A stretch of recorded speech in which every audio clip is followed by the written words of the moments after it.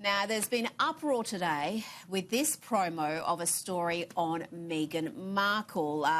News.com reports that 60 Minutes has been slammed internationally for interviewing far-right British commentator Katie Hopkins for its upcoming hit piece on the Duchess of Sussex, Meghan Markle. There's been a bunch of people who are up in arms about it, so we're going to show you the promo and see what you think.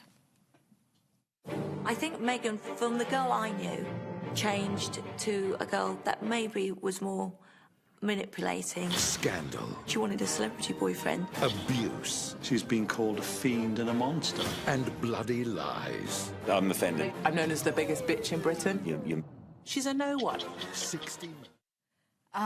Actress Mia Farrow is among those who have labelled the promo racist.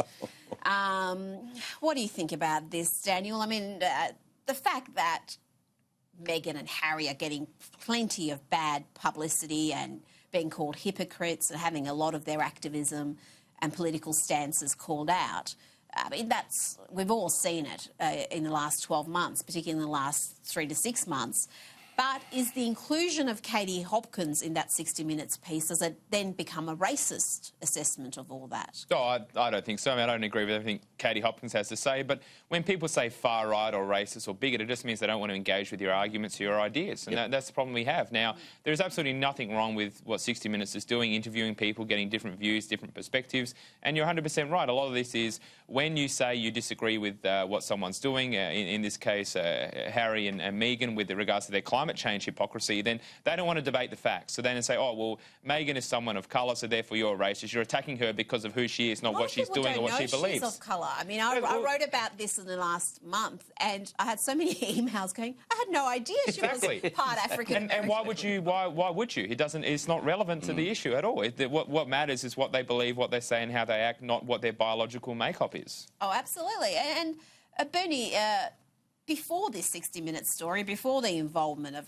Katie Hopkins, there was that narrative being pushed in Britain, which is why I wrote about it, where, they took 4 private jet flights within 11 days whilst, virtue signalling about the climate. If they were just doing that without being political, no one would have said boo.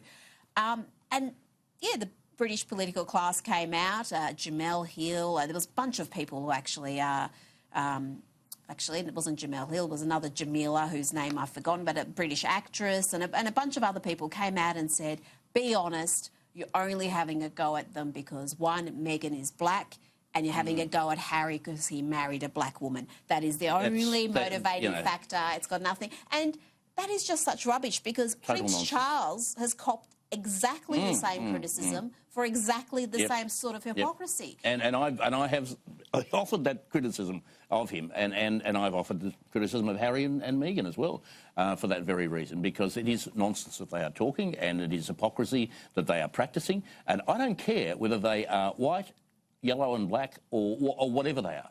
It is absolute nonsense to say this is racism, although there is a class in the Western world that will brand you as racist for anything. Anything at all. You don't actually have to mention race or colour or anything. You're automatically a racist if you disagree with them. That's it. That's the bottom line. The word has been overused and misused so much. It's lost all meaning.